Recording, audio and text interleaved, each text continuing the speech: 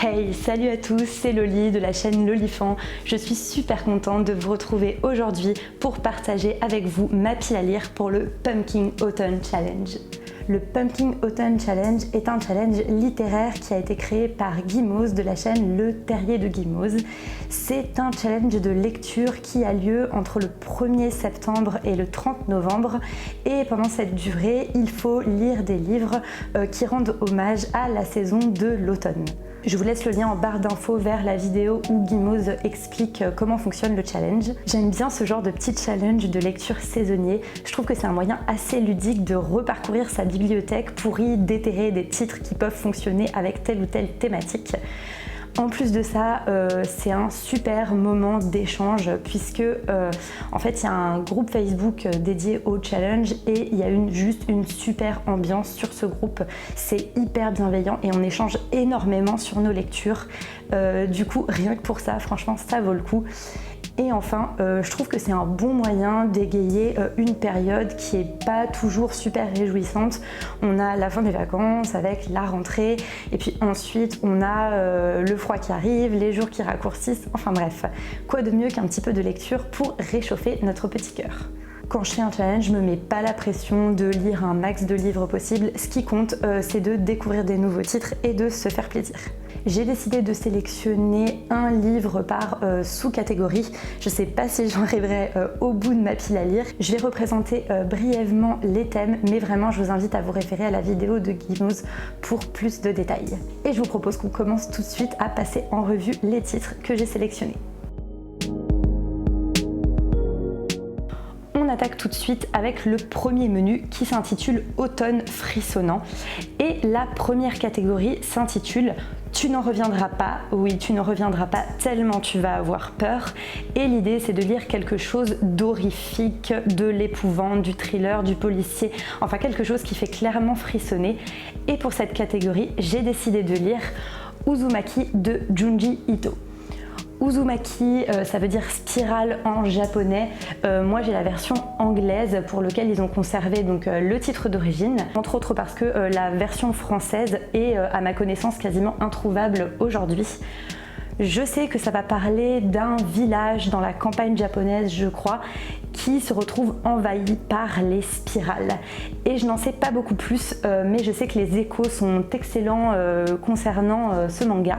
Junji Ito, c'est un petit peu un mangaka qui est reconnu comme un maître de l'horreur au Japon. Du coup, je lui fais confiance pour me filer une bonne frousse. La deuxième sous-catégorie s'appelle Les Os de Davy Jones, O-O-S ou E-A-U, et Davy Jones comme le célèbre capitaine pirate fantôme. Ceux qui ont vu Pirates des Caraïbes y penseront par exemple. Et pour cette catégorie, c'est la seule pour laquelle je n'ai pas le livre tout de suite entre les mains. J'ai décidé de lire Les Pirates de la mer de Herbert George Wells. Et c'est un titre qui est un recueil de nouvelles. Je sais que ça va parler de pirates et connaissant H.G. Wells, j'imagine qu'il y aura une bonne dose de science-fiction dans tout ça, en tout cas une petite once de fantastique. Bref, je me dis que ça devrait plutôt bien coller au menu avec ce titre. Le troisième thème d'Automne frissonnant s'intitule Les Freaks, c'est chic, et il s'agit de lire quelque chose en rapport avec l'étrangeté, la différence, l'altérité. Pour ce thème, j'ai choisi de lire La maison dans laquelle de Marianne Petrosian.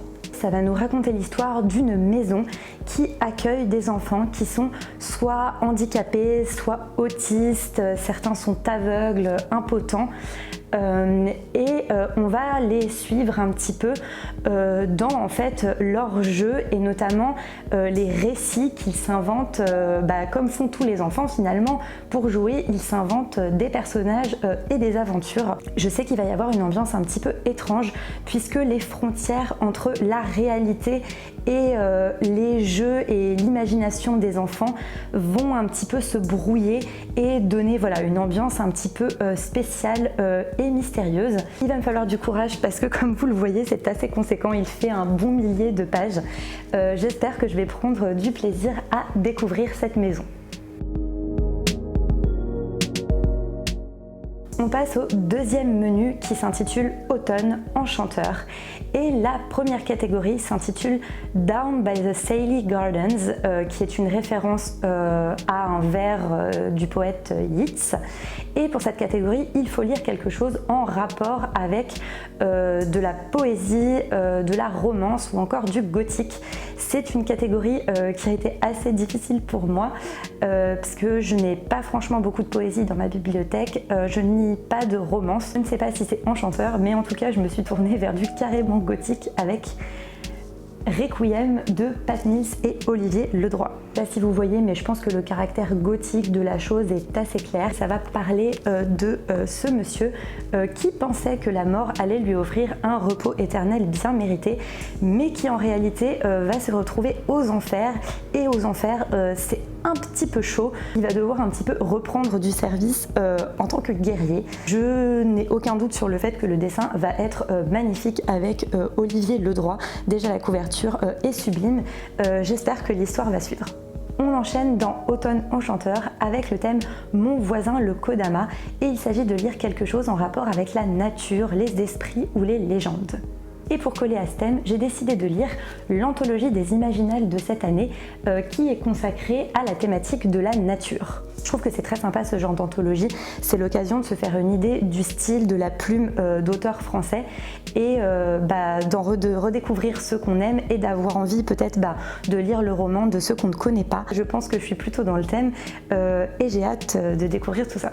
On continue avec la catégorie Misty Days et là il s'agit de lire quelque chose avec une ambiance un petit peu mystique, un rapport avec les dieux, les déesses, la résurrection. Pour ce thème, j'ai décidé de me plonger dans le célébrissime Aeternia de Gabriel Katz. J'ai déjà lu la trilogie du Puits des Mémoires de Gabriel Katz et j'avais passé un excellent moment d'aventure avec ces personnages drôles et attachants. Mais je n'ai jamais lu Aeternia et j'en ai entendu beaucoup de bien. Je me suis dit que ça collait plutôt bien pour le thème Misty Days puisque déjà il s'appelle La Marche du Prophète, le tome 1. Et je sais qu'on va suivre un personnage et ses deux fils qui vont se retrouver un petit peu pris entre deux feux puisque deux cultes se livrent la guerre dans le royaume, deux cultes qui révèrent des divinités différentes. Bref, j'ai l'impression que la religion va avoir une place quand même assez importante dans ce roman. Du coup voilà, on est pas mal pour Misty Days, non ? La quatrième et dernière catégorie d'Automne Enchanteur s'intitule Prenez garde aux souliers pointus. Il faut lire quelque chose en rapport avec les sorcières, les sorciers ou le féminisme. Et là je me tourne encore une fois vers un classique avec Wicked de Gregory Maguire. Je pense que vous en avez déjà entendu parler, c'est un livre qui a été chaudement recommandé sur Booktube. Wicked, c'est l'histoire de la méchante sorcière de l'Ouest, du magicien d'Oz, qui nous raconte en fait sa version de l'histoire. C'est un roman jeunesse, mais j'ai quand même envie de le lire parce que j'ai un petit peu l'impression qu'il participe de la réinvention en fait de la figure de la sorcière ces dernières années. Bref, voilà, j'espère qu'il sera à la hauteur de sa réputation. On va passer au troisième menu qui s'intitule Automne, douceur de vivre. Et là, c'est la catégorie avec laquelle j'ai eu le plus de mal puisque moi, tout ce qui est feel good, c'est pas trop mon truc. Donc j'ai dû un petit peu ruser pour pouvoir trouver des idées de lecture. Je compte sur vous pour me dire en commentaire si c'est acceptable ou pas. La première sous-catégorie s'intitule Jack-o'-lanterns et on peut lire un livre qui a un rapport avec Halloween. Du coup, j'ai choisi de lire Le songe d'une nuit d'octobre de Roger Zelazny. Je connais pas exactement le pitch de ce roman, mais je sais que ça va revisiter d'une manière un petit peu loufoque les classiques de l'horreur, du Necronomicon de Lovecraft à Frankenstein ou encore Dracula. Outre sa magnifique couverture aux couleurs automnales et son titre, à ma connaissance, il se déroule du 1er octobre au 31 octobre dans une logique un petit peu de compte à rebours. A priori, il va se passer quelque chose le jour d'Halloween, mais je ne sais pas quoi. J'ai hâte de le découvrir. Le deuxième thème d'automne, douceur de vivre, s'intitule L'autre mère et il s'agit de lire quelque chose en rapport avec soit l'amitié, soit la famille, soit les faux semblants. Et là, j'ai galéré un petit peu. J'ai finalement décidé de mettre le premier tome des Sœurs Carmine d'Ariel Holz. Je me suis dit que ça pouvait passer puisqu'a priori on va suivre des sœurs qui vivent dans une ville intitulée Grisaille qui est remplie de monstres et dans lequel tous les coups bas et les meurtres sont a priori permis. Bref, une ambiance assez spéciale. De plus, la ville est un petit peu tiraillée entre différentes grandes familles qui se disputent le trône. Bref, grande famille, sœurs, complot, voilà, je me suis dit qu'on était peut-être plutôt pas mal pour rentrer dans cette catégorie. Encore une fois, j'espère que ce livre va être à la hauteur de sa réputation. J'aime plutôt les ambiances burtonesques, donc je me dis que il n'y a pas de raison que ça me plaise pas. La dernière sous-catégorie de ce menu s'intitule un cinnamon roll et un chai tea latte à emporter s'il vous plaît. Et oui, non mais franchement, rien que de le dire, tu as trop faim. Juste, tu n'en peux plus. Dans cette catégorie, l'idée c'est de lire une nouvelle ou un recueil de nouvelles. Et là, franchement, j'aurais pu passer parce qu'en fait, quand vous aurez vu la fin de la vidéo, vous vous rendrez compte qu'il n'y a pas moins de 3 recueils de nouvelles plus une nouvelle dans l'ensemble de ma palle. Mais bon, pour jouer le jeu, j'ai décidé que j'allais lire au moins une nouvelle issue de ce recueil qui s'appelle Les Miscellanées de Jean-Philippe Jaworski. Jean-Philippe Jaworski, c'est un petit peu mon auteur favori, je l'adore, que ce soit pour Gagner la guerre, Januavera ou encore Roi du monde. D'ailleurs, je pense que vous entendrez rapidement reparler de lui sur ma chaîne. Du coup, c'est avec plaisir que je vais découvrir d'autres textes de lui. Ce livre réunit à la fois des articles et des nouvelles qu'il a écrits. Je me fixe d'en lire au moins une pour cette catégorie, un cinnamon roll et un chai tea latte à emporter s'il vous plaît. On va enchaîner avec le 4e et dernier menu, le menu spécial de cette édition 2019 puisque on retrouvait les 3 autres menus l'année dernière mais que cette année c'est une édition spéciale la tête dans les étoiles et que du coup ce dernier menu s'intitule Automne astral. Je ne sais pas si vous aurez remarqué d'ailleurs l'effort vestimentaire pour arborer une tenue un petit peu bleu nuit. Dans ce menu, la première sous-catégorie s'intitule You're just as sane as I am, en référence à la phrase que Luna dit à Harry Potter, qui signifie tu es aussi sain d'esprit que moi. Et dans cette catégorie, il s'agit de lire quelque chose en rapport avec les astres ou la lune. Et là, j'ai un petit peu galéré, mais je suis assez fière de moi. J'ai trouvé quelque chose dans ma bibliothèque. J'ai décidé de lire cette toute petite nouvelle dans ce petit format tout mignon qui s'intitule Tranchant de lune de l'auteur chinois Mo Yan. Mo Yan, c'est un auteur contemporain chinois que j'apprécie beaucoup. Il est connu pour avoir un regard critique sur le système actuel en Chine. Par ailleurs, il convoque souvent un mélange entre rêve et réalité dans ses récits. Il va convoquer un petit peu des visions totalement surréalistes pour mieux dénoncer les travers de la société. Ce texte est très court, du coup je n'ai pas cherché à en savoir trop.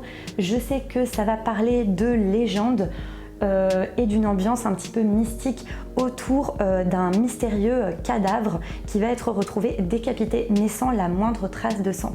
En tout cas, j'ai hâte de retrouver la plume de Mo Yan dans ce petit tranchant de lune. La deuxième catégorie d'automne astral s'intitule Rêvons-nous de moutons électriques, en référence à Les androïdes rêvent-ils de moutons électriques, qui est en fait le vrai titre de Blade Runner. Et là, on atterrit dans ma zone de confort puisque il va falloir lire quelque chose qui relève de la science-fiction ou quelque chose en rapport avec les androïdes justement. Et là, je me tourne vers un classique de la SF avec ni plus ni moins que la première partie du cycle des robots d'Isaac Asimov. Vous l'avez peut-être vu sur ma chaîne, j'ai lu la majorité du cycle de fondation d'Asimov et ça m'a beaucoup plu. Isaac Asimov est connu pour être à l'origine des 3 lois de la robotique. Du coup, j'ai franchement hâte de découvrir ce récit un petit peu fondateur sur les androïdes pour cette catégorie Rêvons-nous de moutons électriques. Et on arrive déjà à la dernière sous-catégorie du challenge qui s'intitule Songe d'une nuit d'automne. La consigne, c'est de lire un livre avec une couverture qui fasse penser à la nuit, donc bleu nuit, violet, mauve. Et là, je suis assez fière de ma trouvaille. Je vais me plonger dans la stratégie Under de Orson Scott Card. Encore une fois, on tape un petit peu dans une référence de la science-fiction. Je sais que ça va parler d'un jeune garçon qui est recruté dans une école qui forme un petit peu l'élite militaire spatiale et qu'on va suivre son parcours. Je suis assez contente de moi parce que je sais pas si vous voyez, mais on a une couverture assez joliment étoilée et bleutée justement. Bref, franchement je trouve qu'on est plutôt bien dans le thème. Et voilà, ça y est, on a fait le tour de ma pile à lire pour cette nouvelle édition du Pumpkin Autumn Challenge. Un grand merci à Gimos pour l'organisation une année de plus de ce merveilleux challenge. J'espère que cette vidéo vous aura plu et mieux qu'elle vous aura donné des idées. N'hésitez pas à me dire ce que vous avez prévu de lire pour le challenge en commentaire. Je vous souhaite de faire de merveilleuses lectures pendant ces 3 mois. Ne vous mettez pas la pression, on est là pour lire, pour s'amuser et pour partager. Bon Pumpkin Autumn Challenge à tous et que les étoiles guide vos pas pour cette édition. Salut!